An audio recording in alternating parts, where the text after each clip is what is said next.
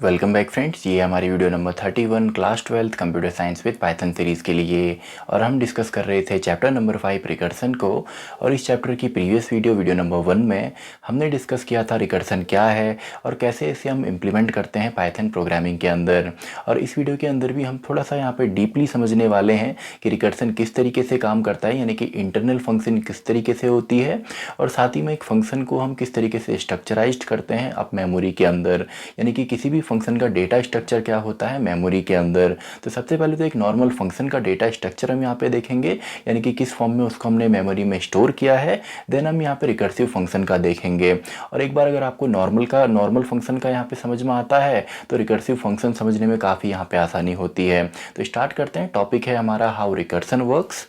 तो स्टार्ट करते हैं। टॉपिक इस वीडियो के लिए हमारा है हाउ रिकर्सन वर्क। अब देखिए, रिकर्सन की जब बात आती है या सिंपली जब फंक्शंस की बात आती है तो किसी भी प्रोग्रामिंग लैंग्वेज के अंदर हो, भले वो आपका पाइथन हो या कोई और प्रोग्रामिंग लैंग्वेज हो, जब भी हम फंक्शंस की बात करते हैं या फंक्शंस को मेमोरी में स्टोर करने की बात करते हैं तो फंक्शंस हमारे हमेशा ही स्टैक डेटा स्ट्रक्चर के फॉर्म में स्टोर होते हैं।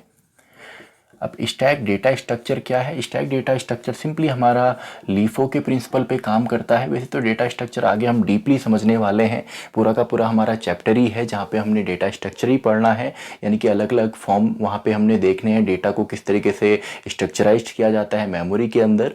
जैसे आपका लिंक लिस्ट है या सिंपली हमारा स्टैक हो गया या क्यू हो गया, तो वैसे तो हम डीप में पढ़ेंगे, लेकिन कॉन्सेप्ट इतना ईजी है कि यहीं पर आपको समझ में आ जाएगा। अब लीफो हमारा होता क्या है? लीफो हमारा होता है लास्ट इन फर्स्ट आउट।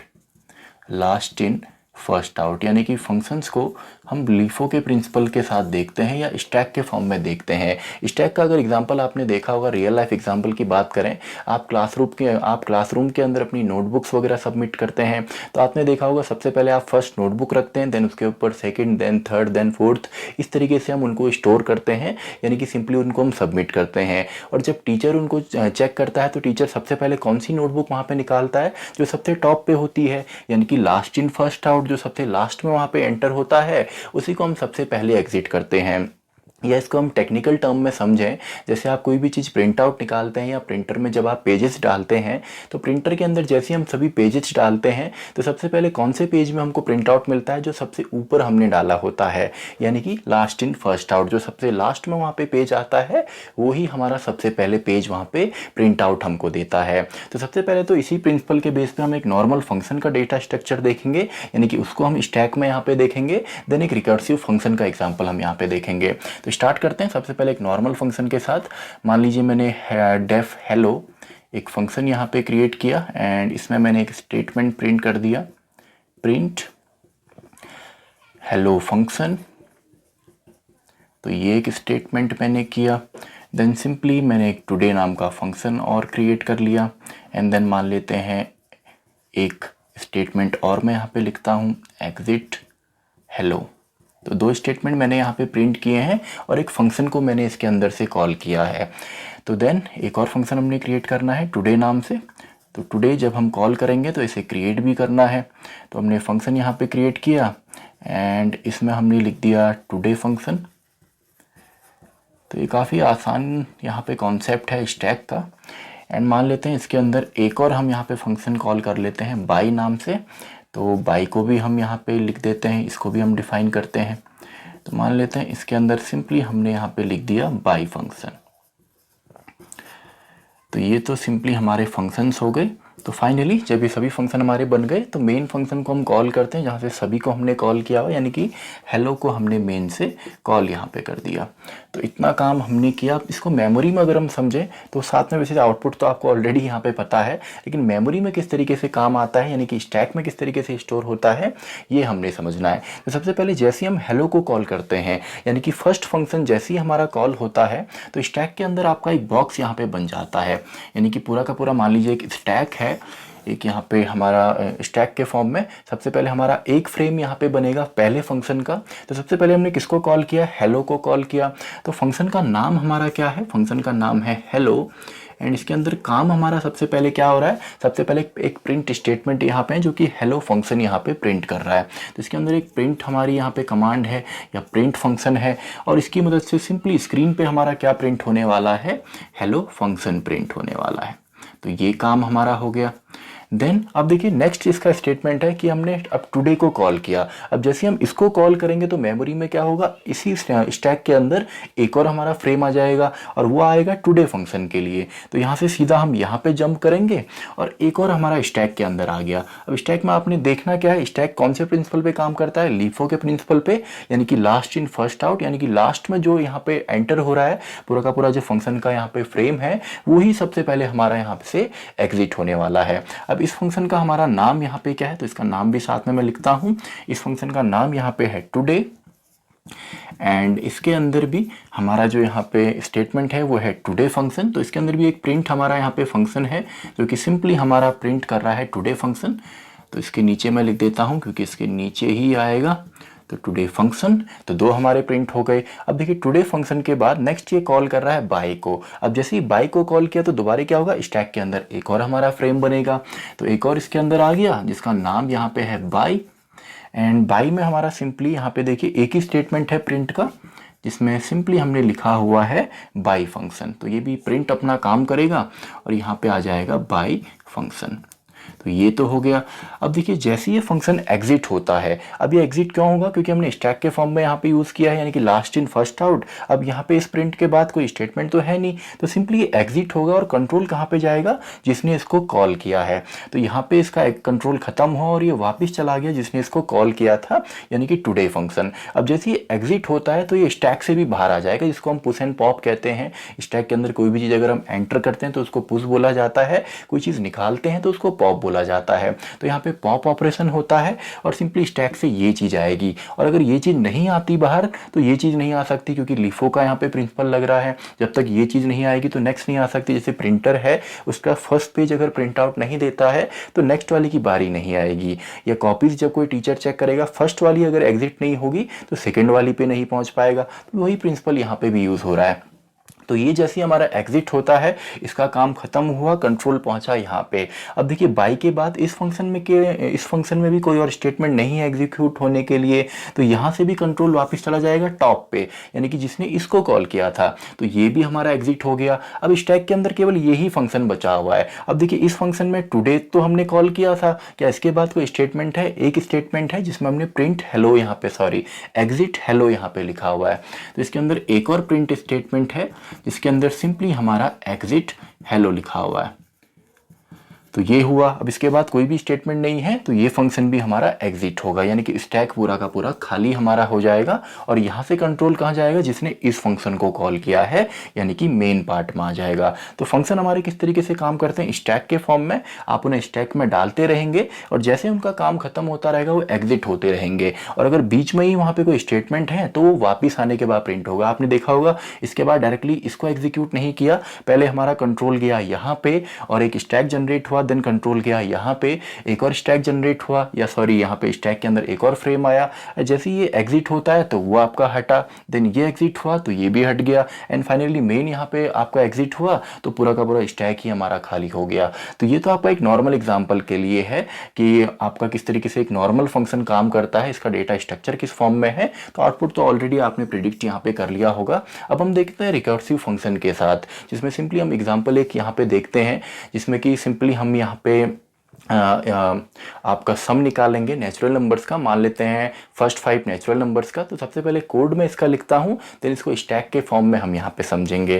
तो मान लेते हैं मैंने यहाँ पे एक फंक्शन सबसे पहले लिखा डेफ हेलो, तो हेलो ही ले लेते हैं, मान लेते हैं हेलो ही हमारा फंक्शन है। तो इसके अंदर सबसे पहले मैंने बेस केस दिया, इफ़ ए इक्वस टू 1, तो सिंपली रिटर्न यहाँ से हो जाए 1। तो ये बेस केस है, कैसे है अभी आपको ये समझ में आएगा।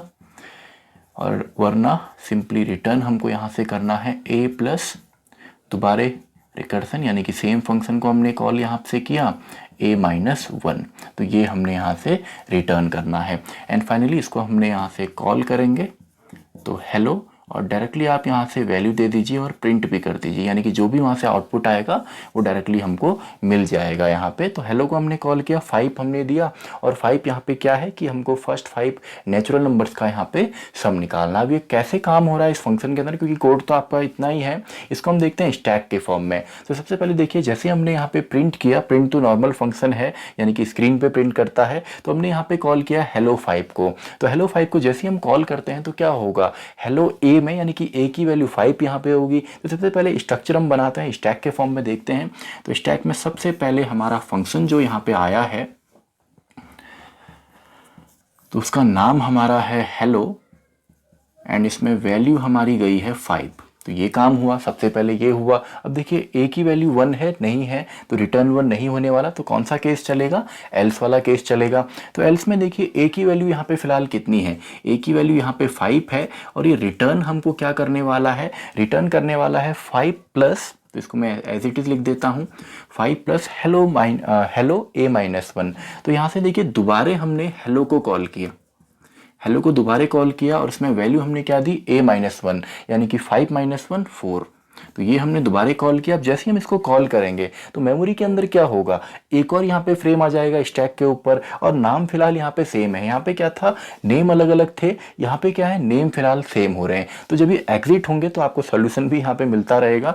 तो जैसे हमने ये काम किया तो स्टैक में एक और आपका यहाँ पे फ्रेम आ गया, और अभी भी जो आपका फंक्शन है इसका नाम हेलो है, और वैल्यू अब यहाँ पे 4 आई है, क्योंकि देखिए हेलो 4 हमने कॉल किया तो वैल्यू यहाँ पे 4 आई है। तो यहाँ पे ए की वैल्यू हमारी कितनी है, 4, और यहाँ पे देखिए जैसे ये फंक्शन दोबारा आएगा, यानी कि ये हमने किया तो दोबारा कंट्रोल टॉप पे किया, हेलो को ही तो हमने कॉल किया है। तो हेलो को जब हमने कॉल किया और इस बार वैल्यू 4 हमने दी है, तो यहाँ पे ए की वैल्यू अभी 1 नहीं हुई है, तो अभी भी एल्स वाला पार्ट ही चलेगा, यानी कि यहाँ पे रिटर्न फिलहाल हमारा क्या होने वाला है, ए जिसकी वैल्यू है 4 प्लस हेलो ए माइनस 1, यानी कि हेलो ए माइनस 1 कीजिए, यानी कि 3। तो दोबारा हमने हेलो 3 की मदद से इस हेलो को ही कॉल किया है। तो दोबारा जैसे हम हेलो 3 यहाँ पे लिखते हैं तो दोबारा क्या होगा, स्टैक में एक और हमारा फ्रेम आ जाएगा।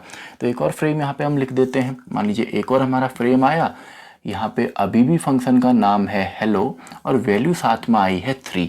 तो ये वैल्यू आई, दोबारा सेम, अभी भी ए की वैल्यू 1 नहीं हुई है, तो एल्स वाला ही चलेगा। तो अभी भी यहाँ पे ए की वैल्यू हमारी है 3, और ये रिटर्न हमको क्या कर रहा है, 3 प्लस हेलो आपका 3 माइनस 1 2। तो ये हमको रिटर्न करेगा 3 माइनस 1 2 यहाँ पे आएगा। एंड देखिए अगेन हमने कॉल किया तो अगेन एक और स्टैक यहाँ पे बनने वाला है। तो एक और यहाँ पे स्टैक में एक और आया, तो यहाँ पे नाम है हेलो, वैल्यू आई है 2, और यहाँ पे a की वैल्यू है 2, और ये रिटर्न करने वाला है a, यानी कि 2 प्लस हेलो 2 माइनस 1 1। तो दोबारा हमने यहाँ पे कॉल किया हेलो 2 माइनस 1, यानी कि a की वैल्यू 2 माइनस 1 1। तो एक बार और हमने कॉल किया, तो अब देखिए फाइनल यहाँ पे स्टैक बन रहा है, एक और यहाँ पे स्टैक में आपका फ्रेम आया हेलो, और वैल्यू आई 1। तो ये हमारे साथ यहाँ पे काम हुआ। तो यहाँ पे देखिए a की वैल्यू अब आ गई है 1। अब जैसे a की वैल्यू 1 आती है तो a की वैल्यू 1 होती है, तो अब एल्स वाला पार्ट नहीं चलने वाला, यानी कि अब रिकर्सन यहाँ पे नहीं होने वाला, सिंपली वैल्यू हमको यहाँ पे रिटर्न मिलने वाली है 1। तो जैसे यहाँ पे वैल्यू हमको रिटर्न 1 मिलती है तो अब ये फंक्शन आपका खत्म होगा, यानी कि टॉप वाला फंक्शन हमारा खत्म हो जाएगा। तो यहाँ से वैल्यू केवल क्या रिटर्न हुई, केवल यहाँ से रिटर्न जो वैल्यू हुई है वो हुई है 1। तो वैल्यू जैसी रिटर्न 1 होती है तो यहाँ पे इसकी वैल्यू क्या बन जाएगी, इसको हमने जैसे हेलो 1 को कॉल किया था उसने हमको रिटर्न दे दिया 1। तो यहाँ पे जब वैल्यू वापस आएगी तो इस बॉक्स की है, इस जो हमने कॉलिंग यहाँ पे की है इसकी वैल्यू हमको मिलती है 1। और जैसे एग्जिट होगा टॉप वाला तो इसने तो रिटर्न कर दी, वैल्यू यहाँ पे 1 रिटर्न करी है। अब यहाँ पे वैल्यू हमारी क्या आ गई, 1 आ गई। अब जैसे यहाँ पे वैल्यू 1 आती है तो देखिए इसको किसने कॉल किया था, इसको कॉल किया था इसने, और अब ये रिटर्न टोटल यहाँ पे क्या कर रहा है, तो यहाँ पे रिटर्न जो वैल्यू हो रही है वो भी साथ में मैं लिख देता हूँ। तो इसको मैं यहाँ पे लिख देता हूँ, रिटर्न सबसे पहले वैल्यू हुई 1, तो वैल्यू 1 वहाँ पे से रिटर्न हुई, वैल्यू पहुंची यहाँ पे। अब ये वाला फंक्शन जो सेकंड फंक्शन है, पहला तो एग्जिट हो गया, पहला तो बाहर निकल जाएगा। सेकंड में जैसे यहाँ पे वैल्यू 1 रिटर्न होती है तो इसकी वैल्यू आ गई 1 1 प्लस 2 टोटल 3। तो नेक्स्ट टाइम यहाँ पे रिटर्न क्या हुआ, 3 यहाँ पे रिटर्न हुआ। थर्ड, ये भी जैसे एग्जिट होगा तो यहाँ पे वैल्यू रिटर्न हुई है 3, यानी कि इसका जो आंसर आउटपुट आया है, इसको जो रिटर्न मिला है वो मिला है 3। तो यहाँ पे ओवरऑल अब ये क्या रिटर्न करने वाला है, 3 + 3 टोटली रिटर्न करने वाला है 6। तो नेक्स्ट यहाँ पे जो फंक्शन है उसने रिटर्न किया 6 और ये भी एग्जिट हो गया स्टैक के अंदर से। देन यहाँ पे 6 पहुंचा यहाँ पे, तो 6 + 4 अगला जो रिटर्न करेगा वो क्या रिटर्न करेगा, 10, यानी कि r = 6 + 4 10। तो 10 इसने यहाँ पे रिटर्न किया और ये भी एग्जिट हो गया। एंड फाइनली जब हम यहाँ पे पहुँचते हैं तो यहाँ पे वैल्यू देखिए, यहाँ पे hello 4 जब हमने लिखा तो यहाँ पे वैल्यू क्या रिटर्न आई, 10। तो 10 + 5, तो ओवरऑल यहाँ पे क्या रिटर्न करने वाला है, 15, यानी कि फाइनली इसने यहाँ पे 15 रिटर्न किया। और जैसे ही पूरा का पूरा जो हमारा स्टैक है ये पूरा हमारा एग्जिट होता है तो वैल्यू हमें क्या मिल रही है, 15 मिल रही है। और फर्स्ट 5 जो हमारे नेचुरल नंबर्स होते हैं उनका जो सम आता है वो भी 15 आता है। यानी कि सिंपली आपने यहाँ पे क्या देखना है, जब फर्स्ट टाइम हमने इसको कॉल किया था तो वैल्यू गई थी यहाँ पे a के पास और यहाँ पे बेस केस तो बना नहीं, तो यहाँ पे एल्स की मदद से हमने सिंपली रिटर्न यहाँ पे किया। और रिटर्न क्या किया, a + hello a-1, यानी कि hello a-1 से क्या हुआ, एक एक वैल्यू कम करते हुए हमने सिंपली कॉल किया सेम फंक्शन को, यानी कि रिकर्सन किया। और रोका हमने कब, जब उसकी वैल्यू 1 होती है। और जब भी हम यहाँ पे कॉल कर रहे हैं तो आपने क्या करना है, स्टैक के फॉर्म में उसको देखना है, यानी कि स्टैक के फॉर्म में हमने यहाँ पे पूरा का पूरा काम किया। और जैसे ही आपका टॉप लेवल स्टैक गया, यानी कि बेस केस पे हम पहुंचे, तो हमने एक एक करके उसको एग्जिट भी किया, यानी कि स्टैक के फॉर्म में जो लास्ट इन फर्स्ट आउट है, जो सबसे पहले यहाँ पे इन हुआ उसी को हमने आउट किया। तो इस तरीके से एक एक करके जब हर कोई यहाँ पे एग्जिट होता है तो फाइनली हमें क्या मिला, 15 यहाँ पे मिला। रिटर्न की वैल्यू आपने ये देखनी है, क्योंकि यहाँ पे टॉप में तो एक ही वैल्यू रिटर्न हुई। अगर वैल्यू जब 1 होती है, जब हमने कॉल किया था 2 के साथ, सॉरी जब हमने कॉल किया था 1 के साथ, तो केवल एक ही वैल्यू रिटर्न हुई। लेकिन बाकी टाइम पे आपने पूरा यहाँ पे देखना है कि क्या वैल्यू हमको यहाँ पे रिटर्न मिली है। तो इसकी बेस पे लास्ट में हमें 15 यहाँ पे मिलता है। तो आई होप आपको समझ में आया होगा कि इंटरनली डेटा स्ट्रक्चर किस तरीके से होता है किसी भी फंक्शन का, भले वो नॉर्मल फंक्शन हो या एक रिकर्सिव फंक्शन हो। तो इसी के साथ हमारी ये वीडियो भी खत्म होती है, वीडियो नंबर 31। तो मैं मिलता हूँ आपसे अगली वीडियो में, वीडियो नंबर 32।